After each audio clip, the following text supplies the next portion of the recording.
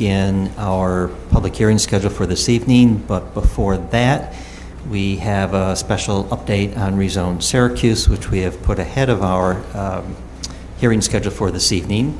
And ahead of that, we have put action on our minutes from our last meeting. So we'll deal with minutes first, the update on rezone, and then move into our hearing schedule for tonight.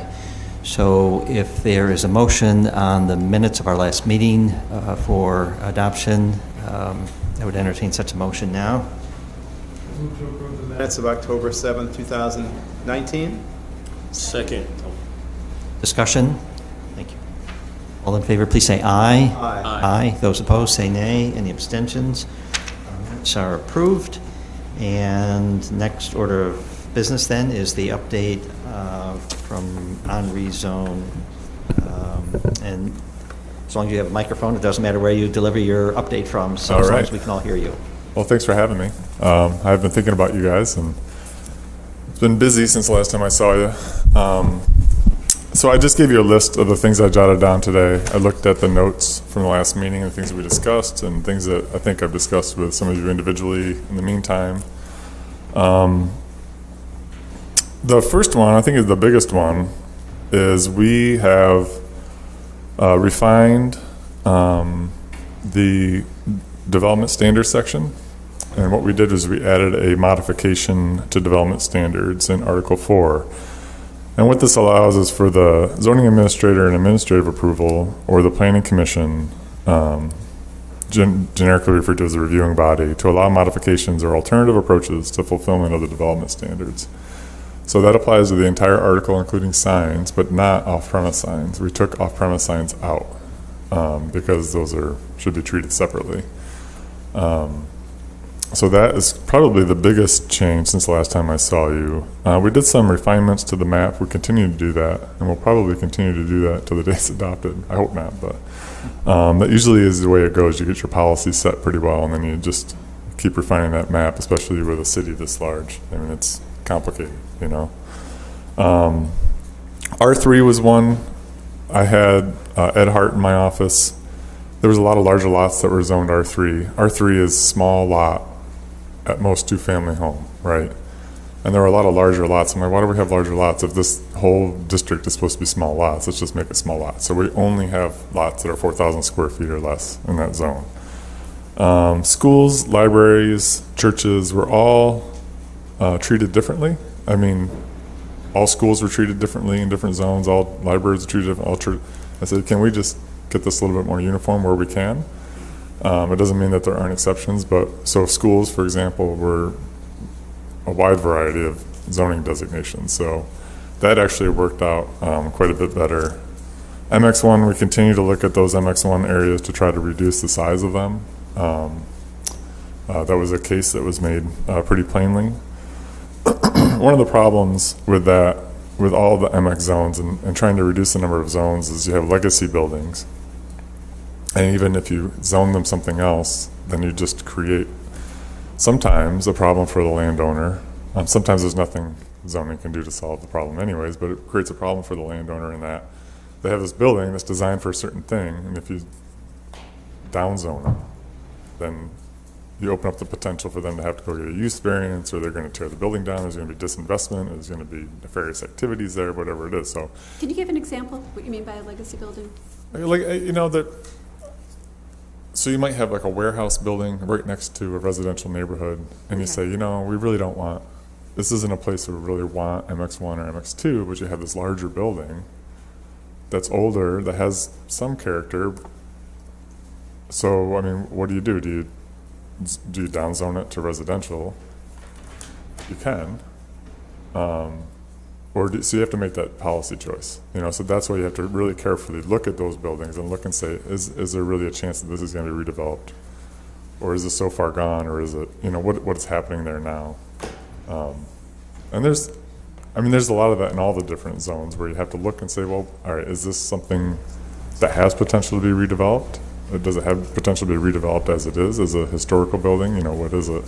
And what zone is going to best encourage what our policies are set forth in the comprehensive plan, or what's the best for the neighborhood as well. So it is this, you know, it's It's a tough one, especially when you really try to limit the number of zones that you have.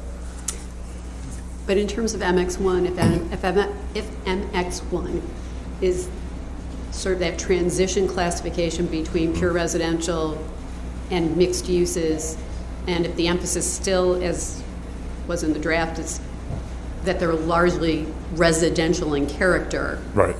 it would seem to me that, at least with the legacy building example you gave, there wouldn't be that many if we were judicious in how we outline the MX1 districts.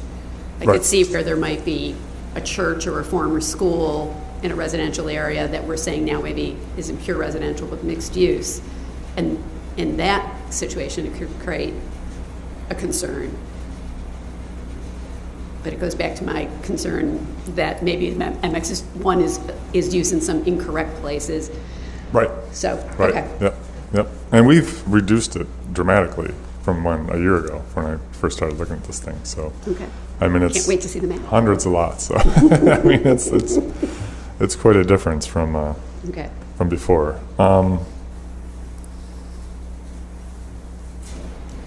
And we continue to review and refine based upon input from a variety of sources. Topography was another one that I've thought about a lot, but we haven't developed an effective way to really address that. I've looked, and it's a tough one. It's not an easy, especially we do have wonderful topography in the city, and in the region. So, but it has challenges from a development standpoint and impact. I mean, the only thing I could say now, and what you probably do now, maybe you do, is in the seeker process, is to review it and say, well, what's the impact? I mean, what is the visual impact of neighboring properties? What is the air and light, and what are the environmental impacts that are really caused by topography that the zoning didn't account for?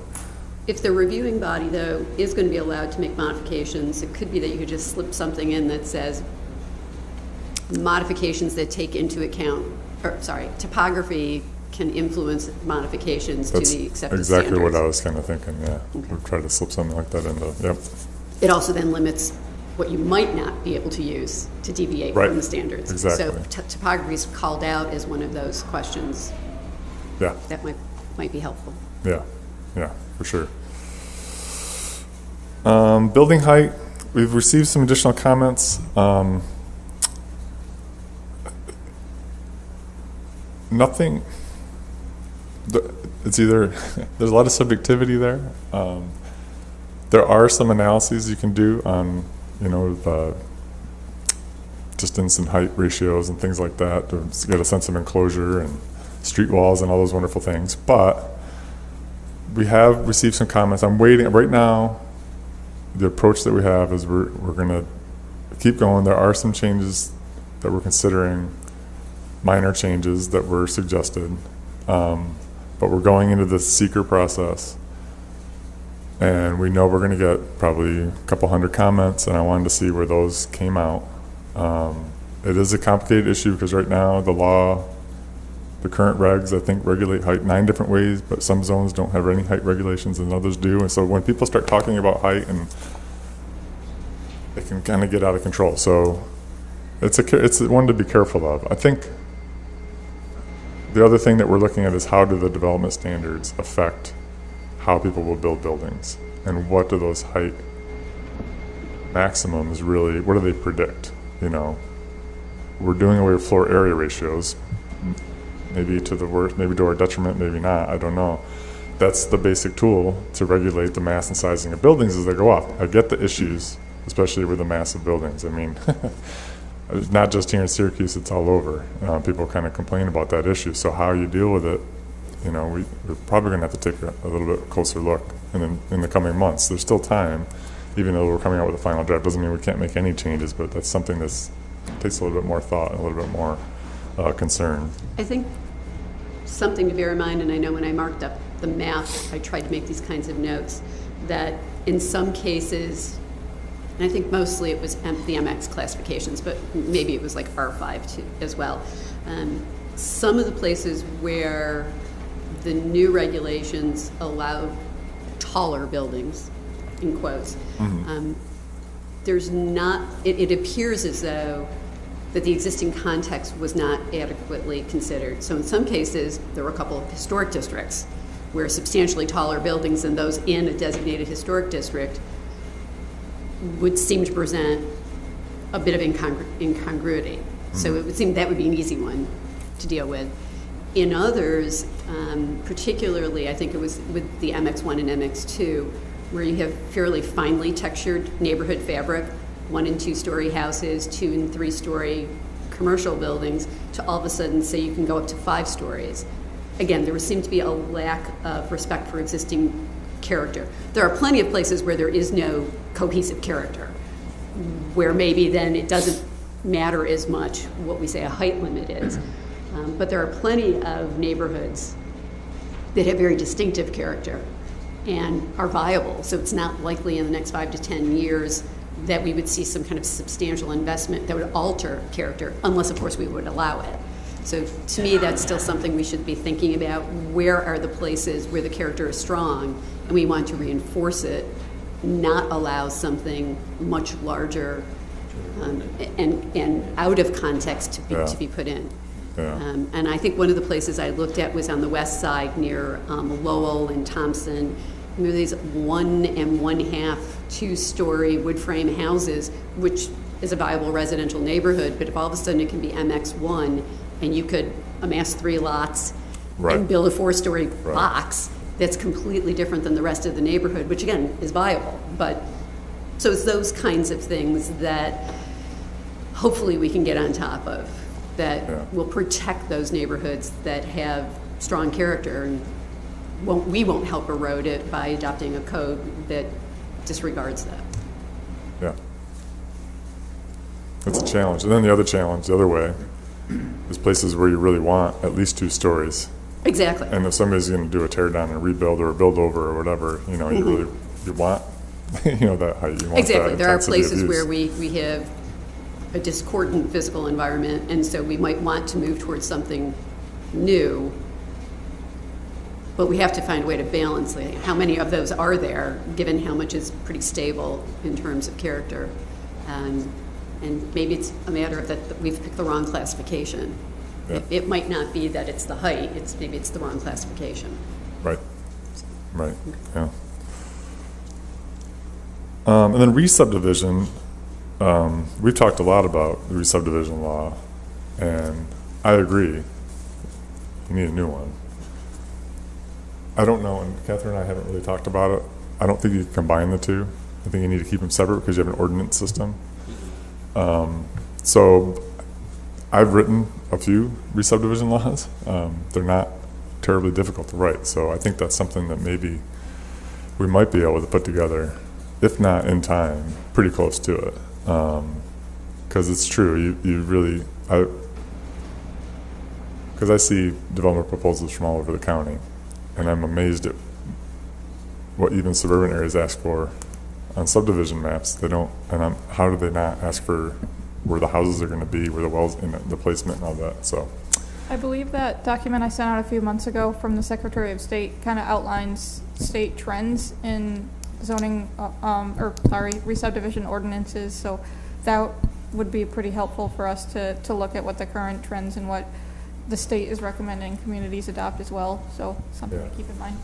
I also think what was helpful is the opinion that we can look at more than just the size, shape, whatever that litany is of the lot, and particularly where seeker is involved, because it would seem to me it's segmentation if we don't look at, but for the subdivision, what are we about to build or develop?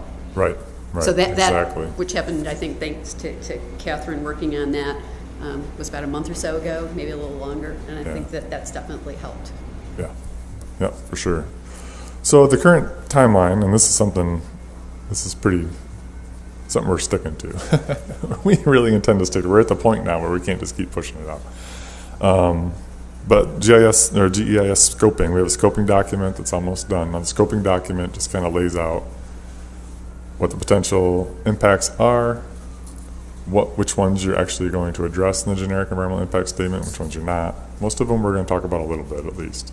There's some that we're going to focus on more than others. Obviously, community character.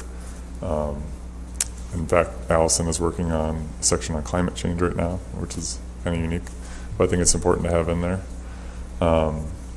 And that goes out, and that is really intended to solicit comments from people to say, hey, are you going to look at this? You're going to look at this? You're going to look at this? Like the City of Buffalo, I went to one of their presentations recently. They said, I wish we would have started it at the beginning of the project instead of towards the end. I feel the same way, but that's the way it goes. But we're starting it as soon as we can, and we're going to really use that as a tool to explain some of the rationale behind this, some of the challenges, behind zoning, and some of the things that zoning can do and that can't do. So that the scoping will be early December. There's a public hearing with that. Then you have a 60-day waiting period, mandatory, and you have to respond to the comments. And then you can put out your draft generic environmental impact statement. And we're shooting for February for that with a public hearing, and then we're looking at adoption. We're shooting for March. So a lot to do between now and then, but I think, we're definitely down to the nitty-gritty here. So barring any major problems with the law, or as long as Common Council is happy with it moving forward, as well as the mayor and as well as you folks, then I don't really see too many problems at this point that can't be overcome. And I know you have a busy schedule, but.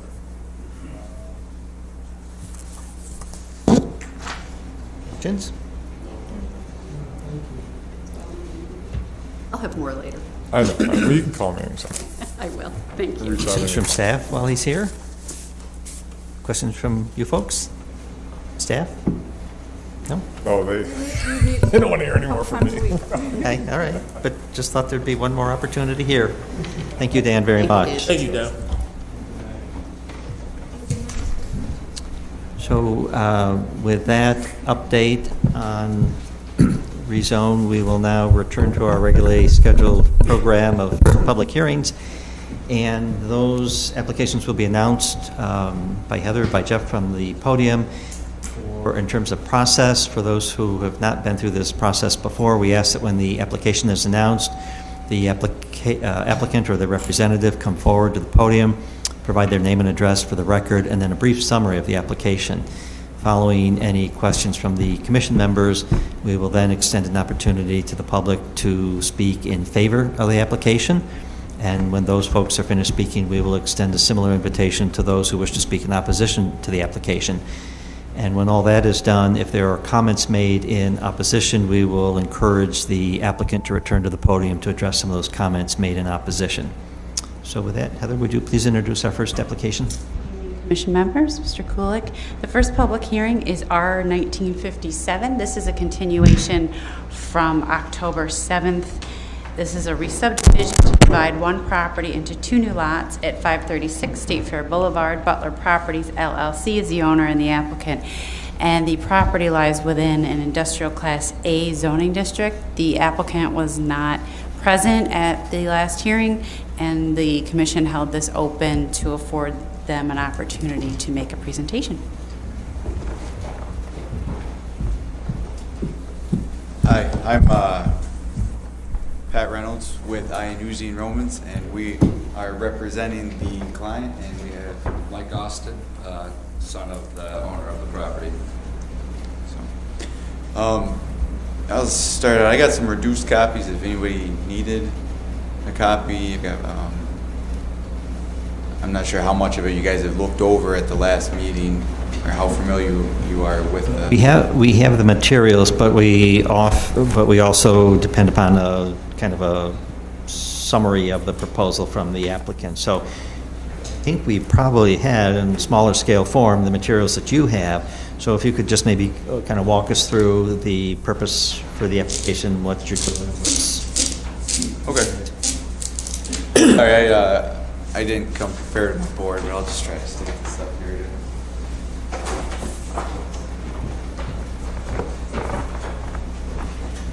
What we have is currently properties. Thank you. Currently, You can either stand where you are or just engage the mic and come around if you want to point. I can point out where he's talking. Okay. all right. So currently, the property is being used for commercial purposes, and they have a cell tower parcel that is being leased out. Their client would like to divide the property to split out that lease parcel and separate it from the commercial use. And that is the purpose of this tonight, to get approval to do that. Just to separate these two. This still has its own access, obviously, for everyone.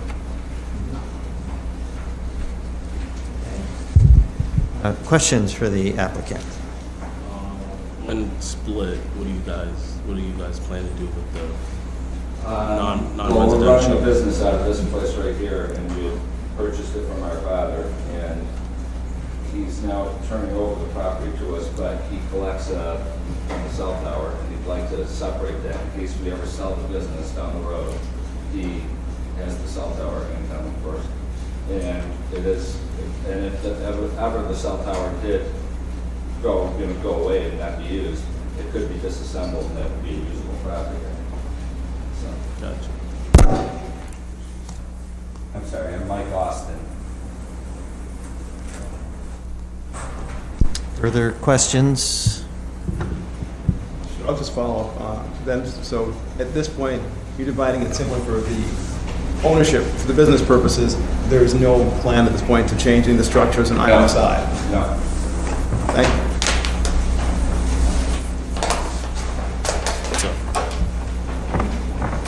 Thank you both very much. Are there individuals who would like to speak in favor of this application? If so, please come forward. Anyone wishing to speak in opposition to the application, please come forward. No additional speakers, so we'll declare this hearing closed and move to our next hearing.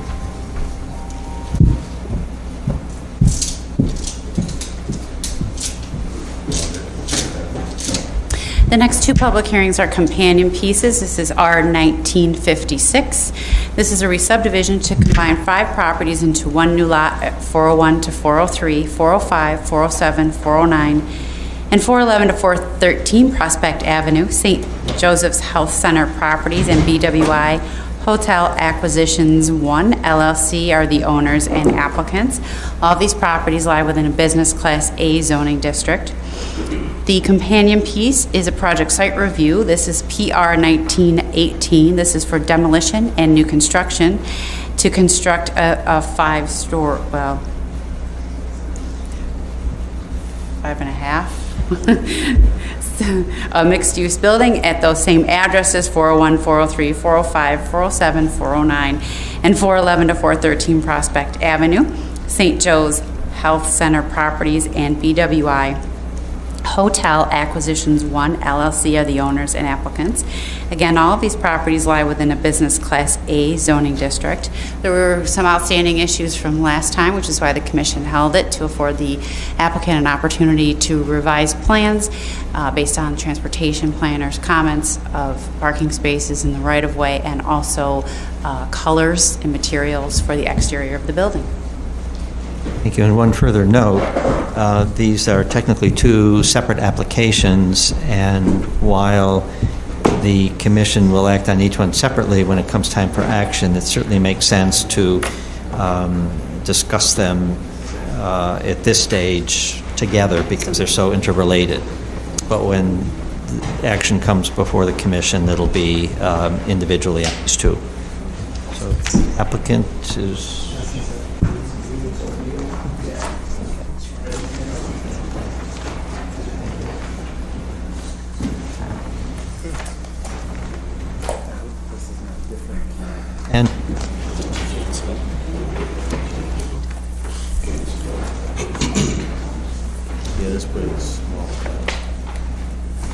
And perhaps you could, after you introduce yourself, perhaps you could, in your presentation, focus particularly on changes from the last time so that we can see those clearly. Yes, sir. Hello, my name is Joe Duran, TDK Engineering. When we were here last time, as Heather mentioned, we had reviewed the project from October 7th meeting, and there was a couple outstanding issues that you wanted us to address.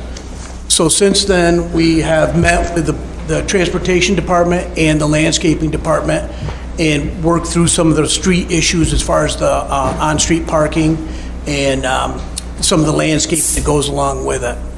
There was also some transportation comments regarding the intersection of Laurel and Prospect. So what I'd like to do is just walk you through it real quick to make sure we got all our bases covered to your satisfaction. Please, that would be helpful. Okay.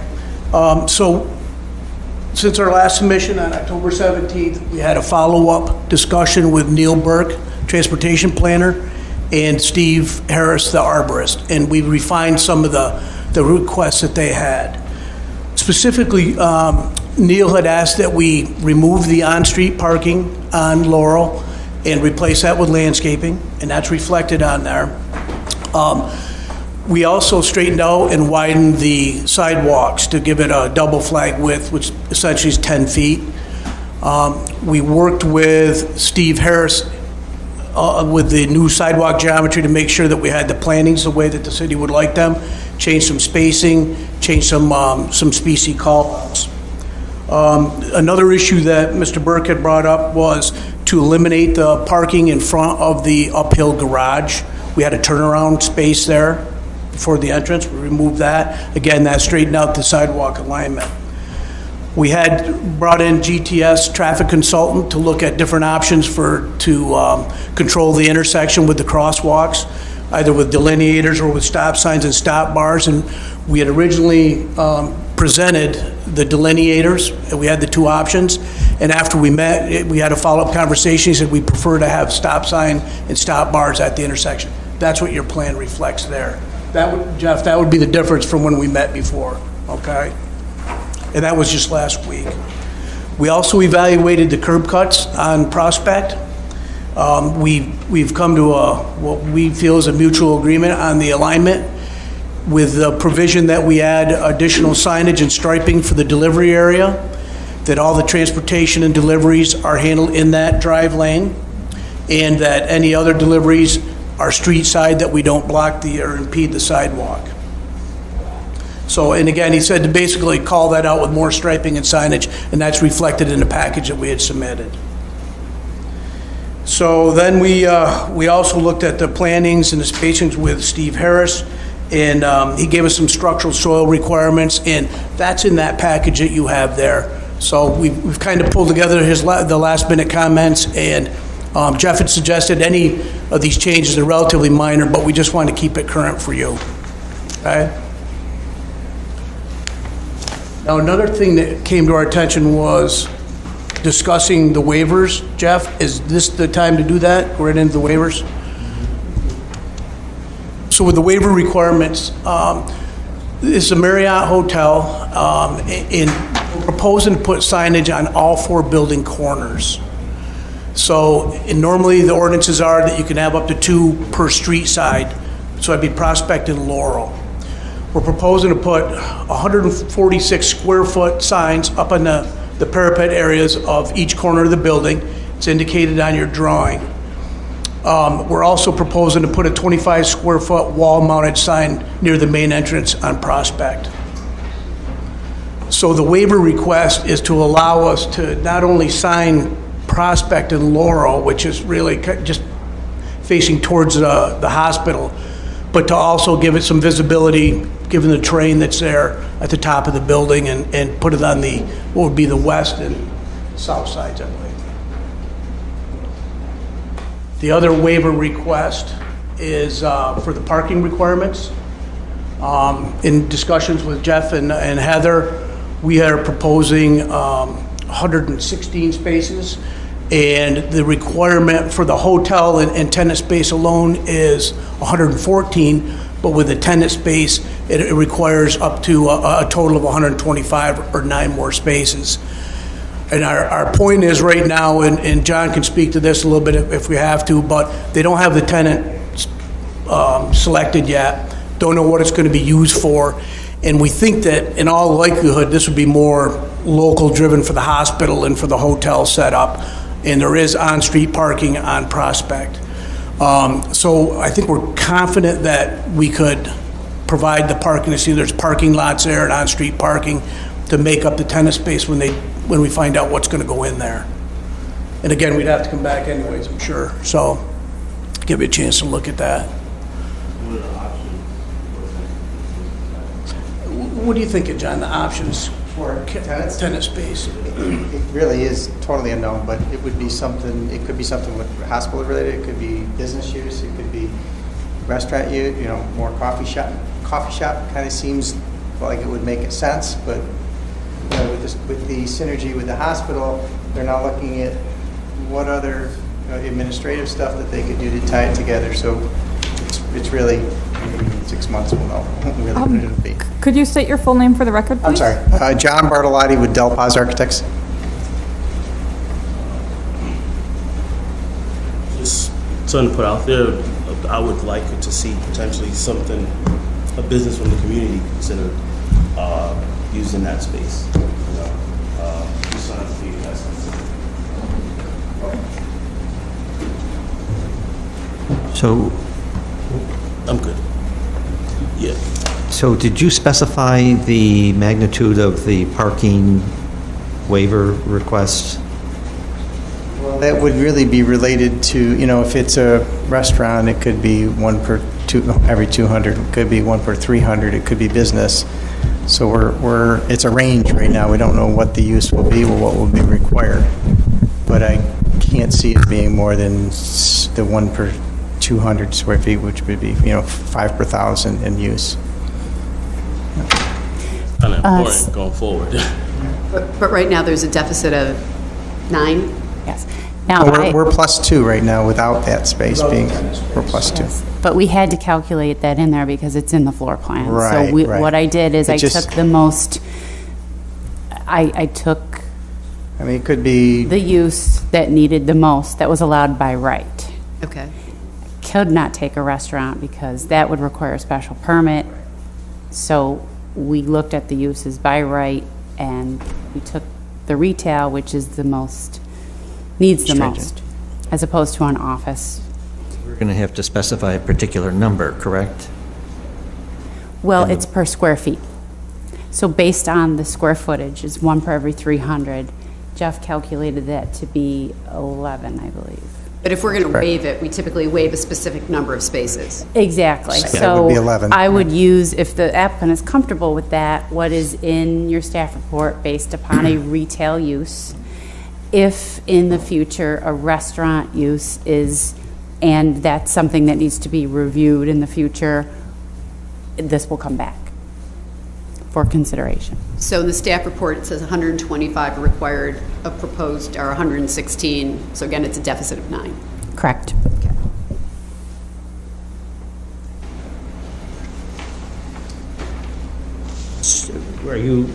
We kind of jumped in with questions. Were you finished with your presentation? we just, one other one we have to address, right? Yep.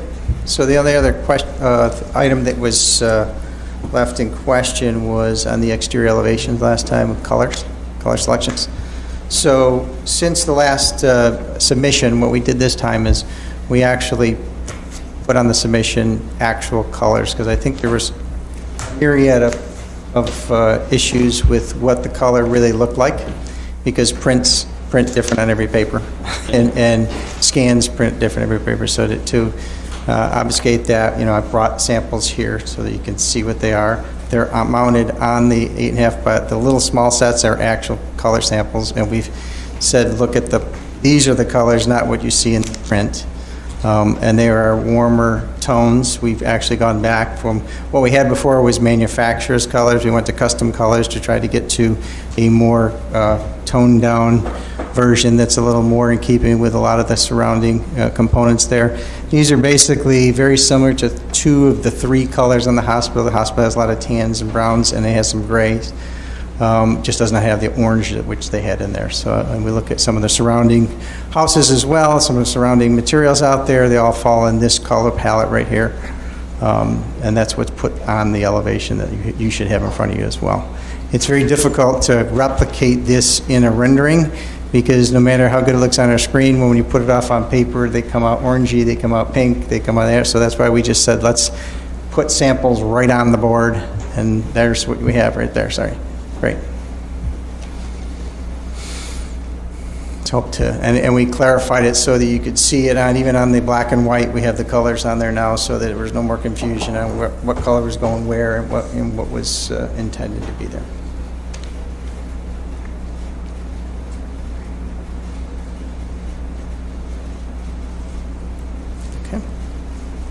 questions? Thank you.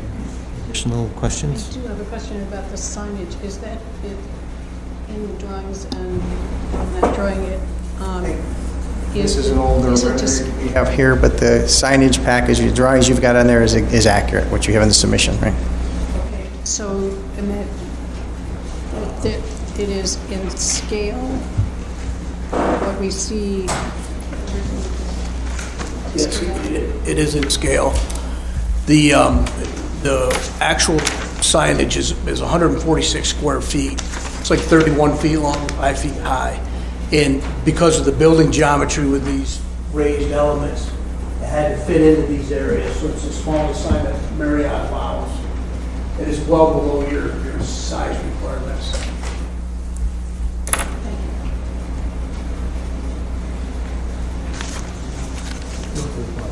All set.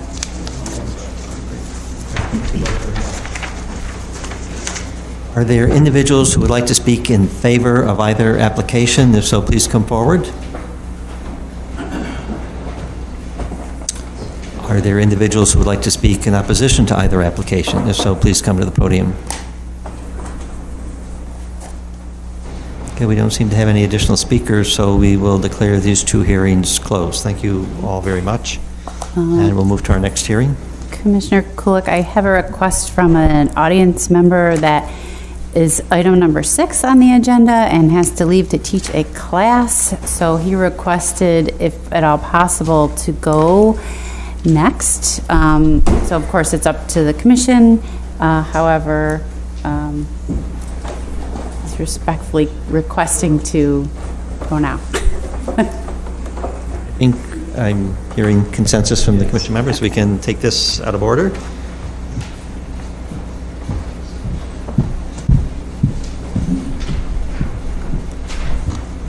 So item number 6 on your agenda is R1969. This is a re-subdivision to combine 2 properties into one new lot at 335 to 339 and 359 South Salina Street. Acropolis Center LLC is the owner and the applicant, and both properties lie within a Central Business District Retail Zoning District.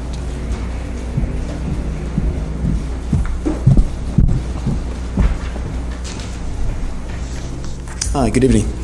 My name is Ryan Benz. I'm one of the managing members of Acropolis Center LLC.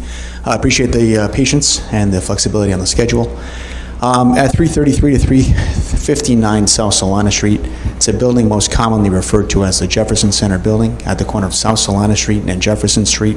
It's been famous for the last 20 years for having a smoke shop on the corner, along with some retailers on Salina Street directly across the street from the Lamar Theater. We are looking to combine, it's technically 2 separate lots, the primary building, which includes 66,000 square feet, as well as the building that was formerly the smoke shop tenant, which is a 2,000 square foot parcel directly on the corner. We purchased those buildings in January of this year and are looking to potentially update some of the retail components directly on that corner. So as part of that, it's a bit unique to have a 2,000 square foot building directly in the corner. It doesn't really give you the leasing the flexibility that you need to from a leasing perspective. So that's really what this is about, is to allow us to update the leasing there on the corner, continue to freshen the Salina Street corridor, and this is obviously a big part of that. So I'd be happy to answer any questions, otherwise I'd turn over at this point. Okay, are there questions for the applicant? Would it be just interior improvement in retail space? At this point, that's what is immediately planned. Long-term, we would like to update the exterior as well. That's a big part of it, but as of right now, it's only the interior. Thank you. Yeah. Thank you very much. Are there individuals who would like to speak in favor of this application? If so, please come forward. Anyone wishing to speak in opposition to the application, please come forward. So again, with no additional speakers, we'll declare this hearing closed and move to our next hearing. Okay, back on track. This is public hearing number 4, R1967. This is a re-subdivision to combine 2 properties into one new lot at 201 to 203 and 205 to 207 Glenwood Avenue. The Greater Syracuse Property Development Corporation and Timothy Rudd are the owners and applicants, and the properties lie within a residential Class A1 zoning district.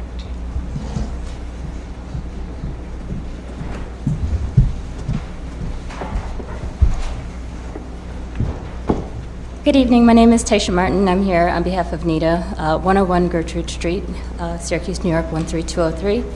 I'm here on behalf of the re-subdivision of 205, 207, Glenwood Ave, 201, 203, Glenwood Ave.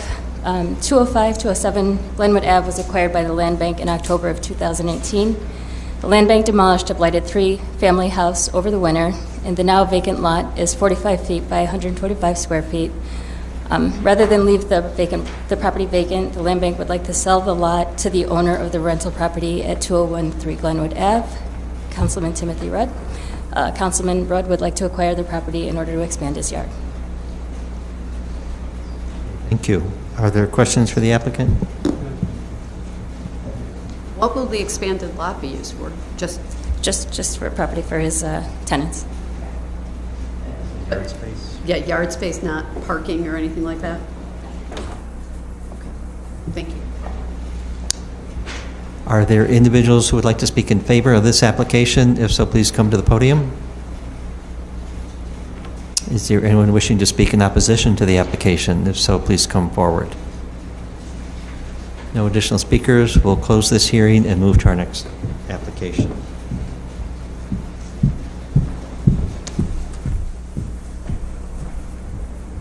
Next public hearing is R-1968, also a re-subdivision. This is to combine two properties into one new lot at 300 to 302 Hovey Street and 132 Chester Street.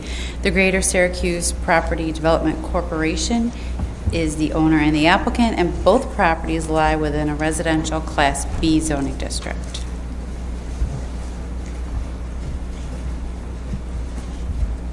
Again, Taisha Martin with NITA, 101 Gertrude Street, Syracuse, New York, 13203. Here on behalf of 142 Chester and 302 Hovey Street. 142 Chester Street was acquired by the Land Bank in August of 2014. The lot is a 33 by 132 square feet. Rather than leave the property vacant, the Land Bank would like to sell the lot to the investor owner of the two-family property at 300-302 Hovey Street, Mr. Anthony and Jacqueline Emery. The Emerys would like to clean up the overgrown trees and beautify the property. I noticed that in your submission online, there is a site map with an adjustment, and I think I have an additional adjustment with a 14-foot setback instead of a 10-foot setback along Hovey Street, as well as a driveway width reduction no more than 12 feet within that 14-foot setback. I do have a map here of that. I don't know if that is in your possession or not. You can give it to us.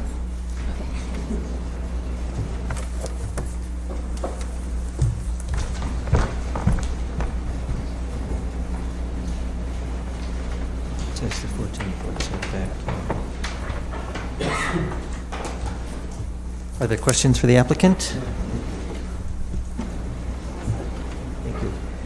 Are there individuals who would like to speak in favor of this application? If so, please come forward. Anyone wishing to speak in opposition to the application, please come forward. So we have no further speakers. We'll close this hearing and move to our next.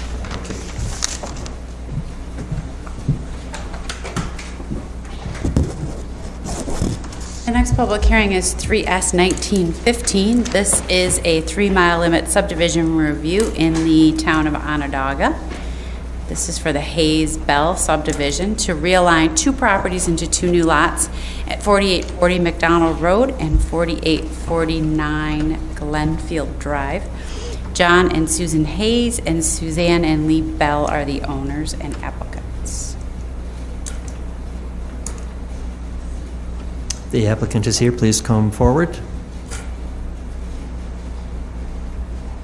Is there anyone here to speak in support of the application? Please come forward.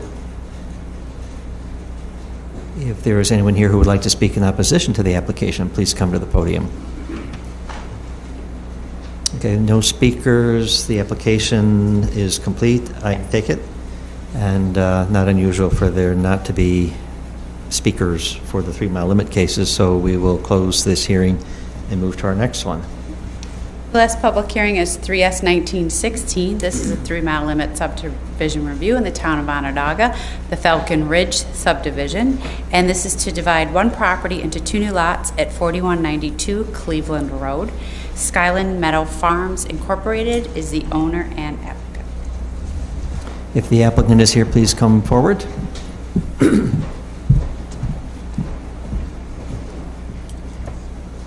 My name is Daniel McMahon. I am one of the owners of the property. Just respectfully requesting your approval. Would you just provide your address as you speak into the microphone so that we have that for the record? Daniel McMahon, and I'm one of the owners of the property, and I'm respectfully requesting your approval of the subdivision into 3 lots. One's 70 acres, one's 12 acres, and one's 25 acres. And we request your approval.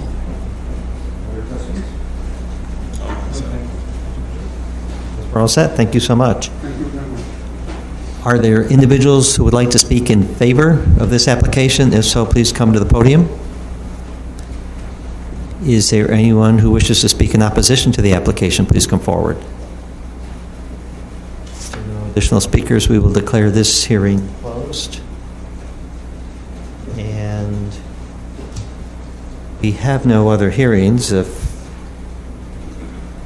I have the updated agenda, which occasionally I don't have.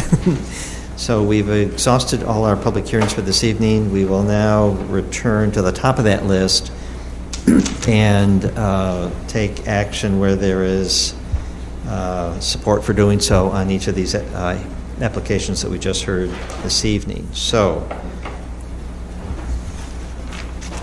with that in mind, we return to the re-subdivision on State Fair Boulevard, R-19-57.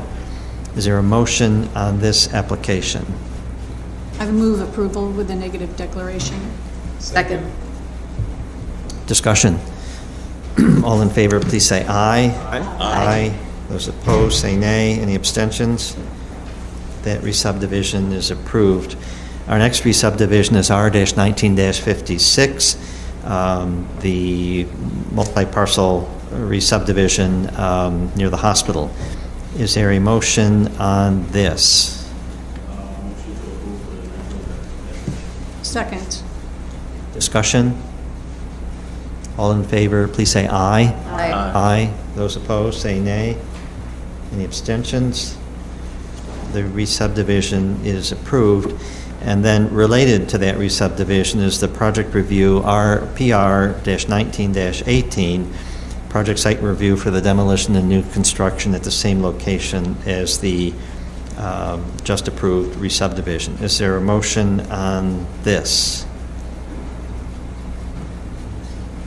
I move approval with a waiver of 9 parking places. Sign. And the sign waiver requested. Second. Waiver. Sorry. And a negative declaration. Now second. Further discussion? I'd just like to thank the applicant for being responsive to our request for additional information and clarification. Second that. All those in favor of the main motion, please say aye. Aye. Aye. Those opposed, say nay. Any abstentions? The project site review is approved.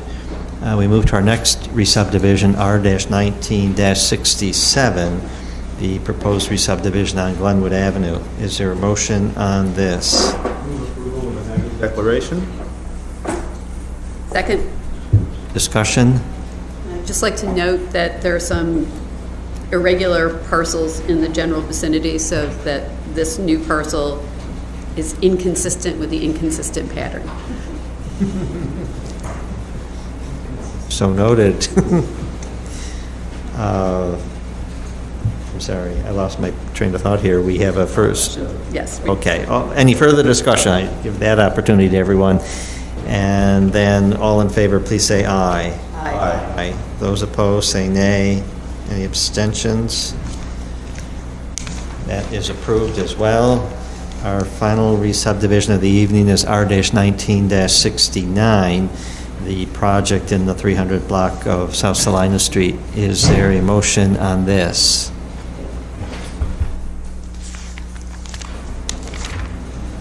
Which one are we on? Wait. This one. Number 5. Number 5 at the bottom. Oh, I did indeed.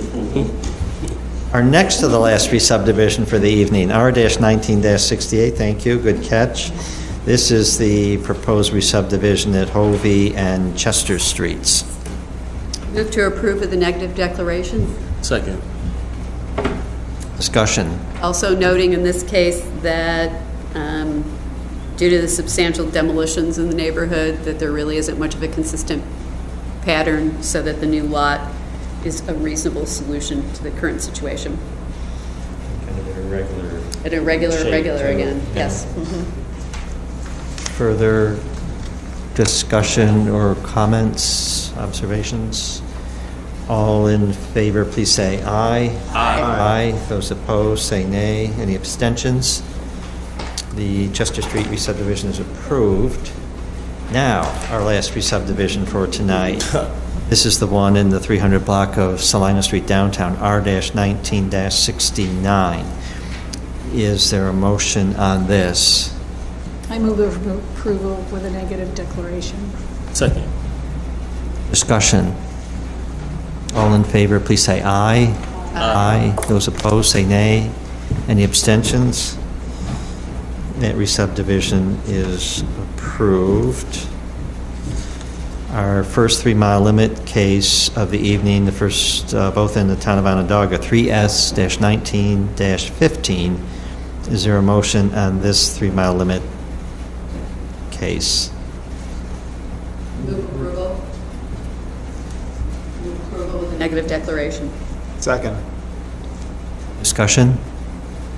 All in favor, please say aye. Aye. Aye. Those opposed, say nay. Any abstentions? That 3-mile limit case is approved. The last of our public hearings tonight, also in the town of Onondaga, 3S-19-16, 3-mile limit case. Is there a motion on this? Move approval with a negative declaration. Second. Discussion? All in favor, please say aye. Aye. Aye. Those opposed, say nay. Any abstentions? That is approved as well. So we've completed our hearing docket for this evening, but Before you move on, I have a question for Catherine. It's a seeker question. So in a 3-mile limit case, we're sort of secondary action to another entity. Do we need to do a seeker declaration? Would not the primary action be dealing with seeker? I think it's always safe to do that, but the primary, you're right, the primary responsibility for seeker falls within the lead agency, which, I'm just wondering, like, if some case they've declared it a type 1 action and we're over here saying a negative deck, I mean, we never think about that. that So, is true. That's something I should keep in mind. yeah, I hate to give you more homework, but maybe it's just something we could ask about. Yeah. Because someday there's going to be some gigantic Yeah. hopefully- 300 parcel residential subdivision, which won't be a negative deck, but we'll be sitting here saying yes, so. Also, we should hopefully be made aware of the status before we issue a declaration. Yeah, so maybe we could just check on that. Yeah, yeah, Thank you. yep. Sorry. prepare for the future. Well, yeah, I It's just, good. Now's the time to ask the question.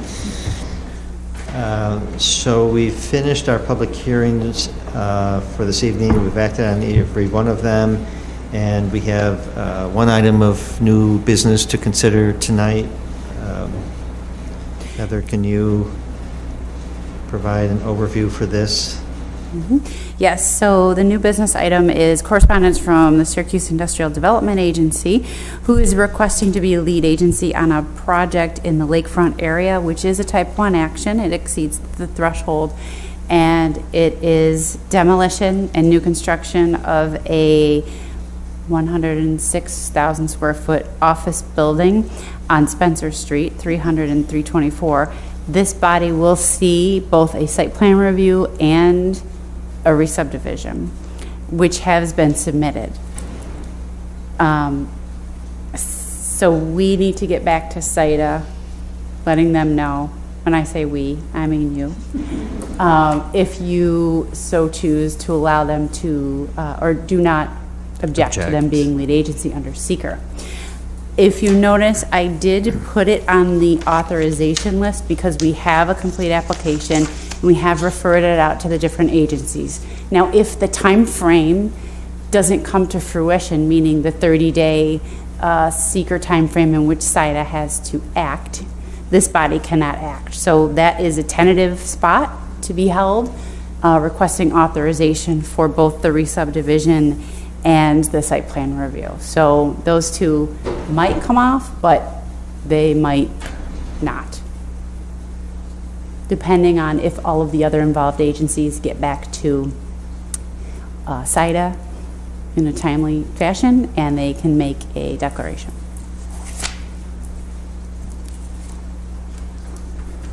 Thank you.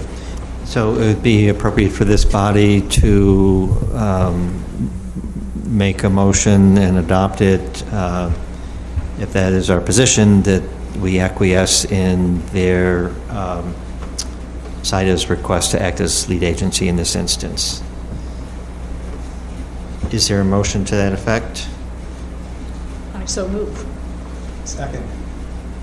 Discussion. I'm just concerned that, given what we will have to consider under both the re-subdivision and the site plan review, that somehow there's coordination between what's happening in the seeker process and our review and comments.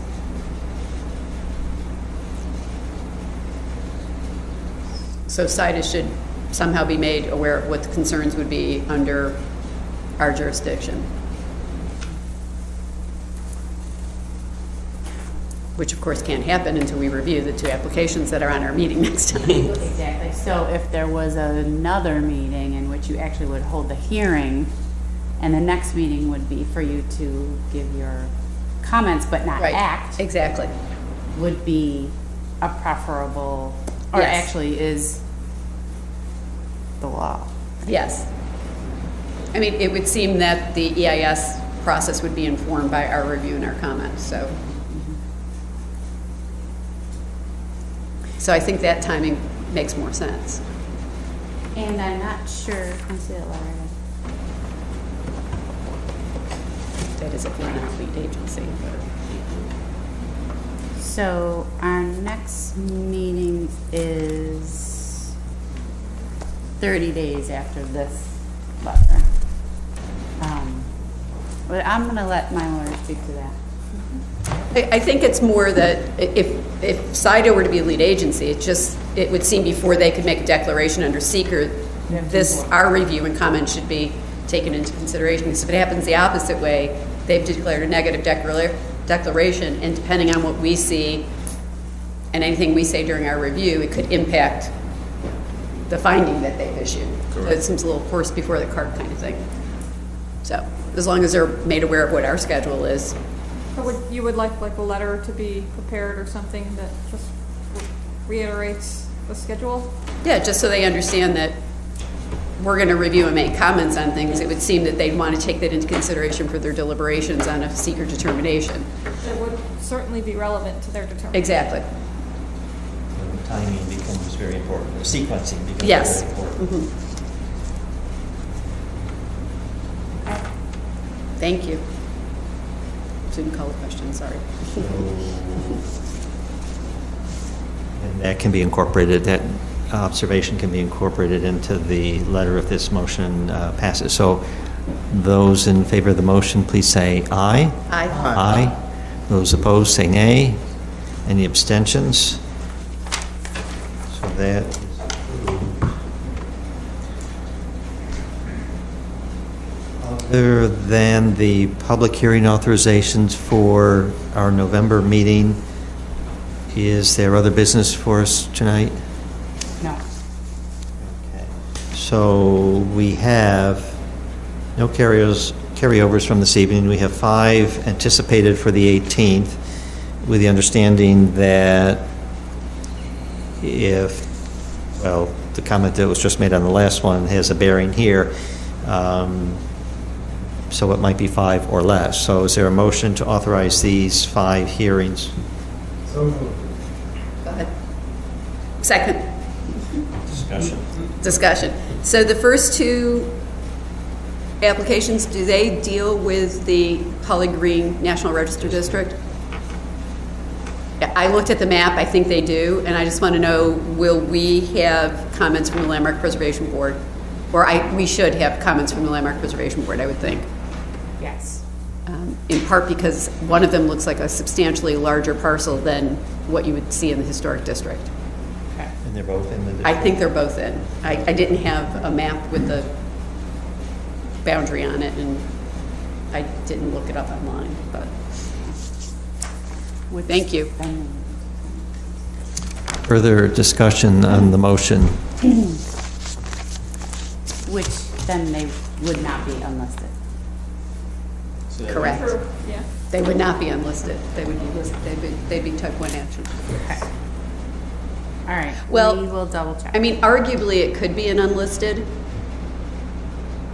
depending on what the proposed use is for the new subdivision, because an unlisted action only rises to a type 1 if the proposal is anything but rehabilitation/restoration of the historic property. So without looking at it, I have to defer to you guys who've seen the whole file, but at a minimum, the Preservation Board should be weighing in. Yes, absolutely. Thank you.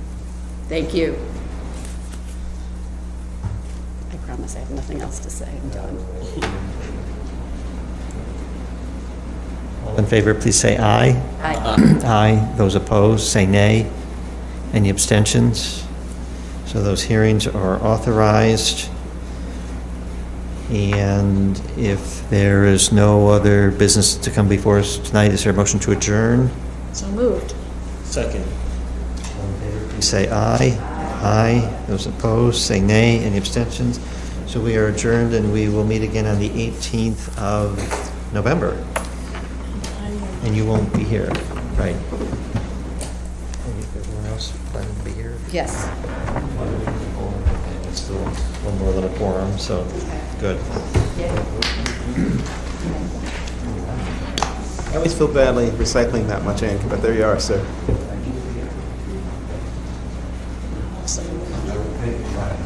Don't worry, Kath. Plenty of questions before the end of the evening. Fill in the